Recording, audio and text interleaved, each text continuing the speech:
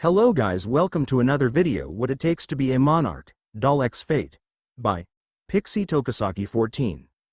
Chapter 16. Hide and Seek Pav, Isaac Westcott. I was doing some work on my desk when I heard a knock from outside my door. Come in, I say while hiding the papers on my desk and placing my hands on the table. The door then slid open to reveal Ellen. She was standing at the doorway holding papers that looked like to be her reports from her spying on less than Monarch greater than. Ellen, come in please, and shut the door, I said as she complied and went inside my office. She then closed the door and placed her reports on my desk. Mr. Isaac, here are the reports from my espionage and spying of less than Monarch greater than, she said while sitting down on the seat that was across from my desk. I then picked up the papers and scanned through them real quick. Interesting. So less than knight greater than who is with her is named Mordred and the other girl with her is Morgan. Why does this all seem familiar? I thought for a second, placing my hands under my chin. They do sound familiar. That's why I have brought this, she added as she pulled out an old-looking book from somewhere and placed it on my desk. I then opened the book to see it was about the Arthurian legend. I see now. Mordred and Morgan. The Knight of Treachery and the Queen of Fairies. Ellen, there is only one problem with your theory. And that is Mordred from Arthurian legend is a male while the one we have beside less than Monarch greater than is female. I said, earning a stare from her. Mr. Isaac, I do believe that less than knight greater than and that girl are the same Mordred and Morgan that is being referred to in this legend. If it does, then it means that less than Monarch greater than is the king of knights in the flesh. Ellen explained, to which I thought about it even more. Being the king of knights will explain the sword she was holding and the crown whenever she was in her astral dress. We need further proof then. Keep your eye on them and stay out of sight. Find out whether less than Monarch greater than is the king of knights. I ordered, to which she replied with a bow and excused herself from my office. I then sat there wondering if Ellen's speculation could be real. If it is, then what I have planned for her will have to be scheduled as top priority. Pav, Artoria Pendragon. Okay, so right now I'm monitoring Shido while he was dating each and individual spirit. Why? Well, it's because if I just come on board the Fraxinus and say, hey Katori, Natsumi is going to be Yoshino, Katori will start to become skeptical. Plus if I do that, I will definitely be tampering with the flow of the anime. Instead, I along with Mordred will be in the shadows watching their dates. If all goes well, at the end of the day I will reveal that Natsumi was Yoshinon. Right now I am alone in the shadows watching over his date with Miku. Hey, that cosplay date is still interesting. Sad he didn't dress up as Shiori. Ahem, anyway, so after their date they parted ways. I couldn't remember what is the sequence in which Shido dated the spirits, but I'm pretty sure that Yoshino is next. Just when I was about to relocate, I felt a familiar presence in the area. The same feeling I had since day one. Sigh, I know you're there, Kurumi. Come out, I said to the shadow behind me as the clock-eyed girl suddenly risen from the shadow. Era, you're really perceptive to be able to sense my presence, she said with a smile. Enough with the greetings, what are you here for? I said while I start materializing Excalibur. Era, straight to the point, I see. Very well. I am here to warn you about someone that is going to inverse soon. I can't tell who it is yet, but if it does happen I need your help to change history, she says while looking at me. Her teasing attitude suddenly vanished into a serious tone. I know what she is talking about. She is talking about Origami turning into a spirit and inversing because she was the real one who killed her parents. Now I can't really tell how powerful inverse Origami is because she was only on screen for 2 episodes. But judging that it took all the spirits that was with Shido to just break the barrier she was in shows how powerful she can be. Especially if she starts attacking and doing powerful bursts of energy. I see, and what do you want me to do? I replied, lowering my sword. I will reveal it to you when the time comes, but until then goodbye, she bid farewell as she slowly sank into her shadow.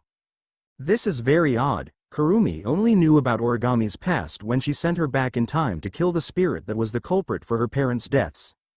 Did my appearance and tampering with the plot cause some unknown paradox to happen? In any case, I need to get ready if I am the one that is going to be sent back in time to save Origami's parents from getting killed. Before that, I need to witness Yoshino and Shido's date, which has already started. I traveled through the city in a pretty fast pace and arrived at the Itsuka household. Inside I saw Yoshino, who was eating something that Shido made. What caught my eye as usually Yoshinon would have white and pink bunny ears. Looking at Yoshino's hand, I saw that instead of a pink color I saw green. That is definitely Natsumi, no doubt about it. Whenever Natsumi transforms into an object, it always had something to do with the color green. Now that I have a reason to why I can tell that Natsumi is Yoshino, I need to contact Katori in the Fraxinus. Also Shido is a damn idiot that he didn't notice the color change of Yoshinon's ears. I then left and jumped down to the street below. I then pull out my phone which I had contacted Katori. Hello? Artoria? Katori answered as I got straight to the point. Katori, teleport me and Shido up there, now. I have something important to discuss with you. I said which I heard her barked orders to her crew. After a while a bright beam of light enveloped me and the next thing I saw was the Fraxinus teleportation room. I then got up from the pod alone with Shido. The latter surprised I was up here. We then ran to the bride and entered the Fraxinus bride.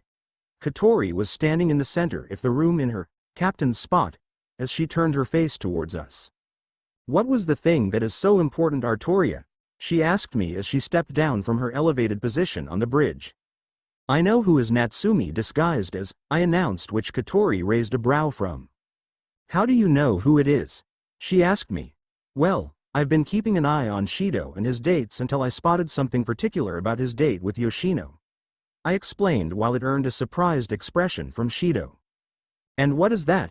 Katori asked again as I was really confident now. It was Yoshinon, I announced, earning a, are you serious? Stare from Katori. How are you sure she was Yoshinon? She asked me again, this time a bit more skeptical. Rain, can you pull up an image of Yoshino in his date with Shido? I asked Rain as she nodded, and on the main monitor is a picture of Yoshino eating Shido's cooking. Notice how Yohanon's ears are green instead of pink, I said, pointing to the green part of Yoshinon's ear. It's worth a try, but we only have one guess and if I fail everyone I love is going to disappear, Shido said as he stared at me. Shido, just trust me on this, I said to him, which he responded very positively. All right, it's settled then. Gather all the spirits in the living room. It's time to make that guess, Katori said as Shido nodded. Artoria, thank you for your help. Katori thanked me as I nodded. Rain, can you teleport her home? She asked as Rain gave back a nod. Light enveloped my body again as I got teleported back to our apartment. Well, near it. Shame I can't watch their confrontation since it will happen in their basement, but I do hope everything works out well for them.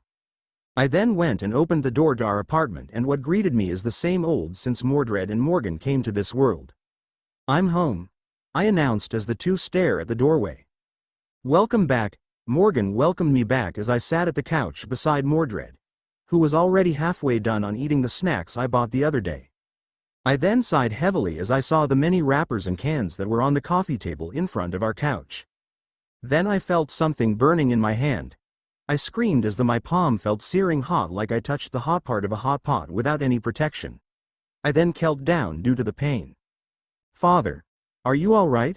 I heard Mordred say in worry as she knelt down to my level and patted my back. Morgan was also alarmed as she came over to my right side and checked if I was okay. I was, and after a few seconds of it burning, I felt it go away. I breathed heavily due to the burn. What the heck happened? I looked at my palm and what I saw left my mouth agape and my eyes wide open. Command seals. A mark that someone has become a master to his servant. Father, what's wrong? Mordred said as I revealed the red markings on my palm. Father, what are those? She asked as Morgan looked at it as well. Hey, doesn't it look like that those weird markings on the end? Before she could continue I cover her mouth to stop her from speaking. Mordred, these are command seals. They are a sign that someone has become a master to a servant. I explained, which earned a confused stare from her. Basically, these seals are used so that a heroic spirit cannot disobey their master's orders. There is only 3, and if you used all 3, then the heroic spirit that is your servant could turn against and kill you. I explained further, to which Morgan nodded in understanding. But where is the heroic spirit? Isn't it supposed to be summoned at the same time the seals appear on your palm? Morgan questioned as I put my hand under my chin in thought. Yes, that usually happens. What's strange is that when the seals were burnt into my palm, there was nobody that had appeared. I also remember that I'm a heroic spirit along with Mordred and Morgan. Something I sent right here. Also, I do recall trying to summon a servant from a few weeks ago, but that didn't work. I only made a mess of things and cleaned it up afterwards. Why now? And who is my servant? I thought really hard. Could it be one of the Knights of the Round Table or someone else entirely? I can't figure out for sure, but somewhere in the world is a Rouge servant. Oh, and I'm not wasting a command seal just to get him or her to teleport here.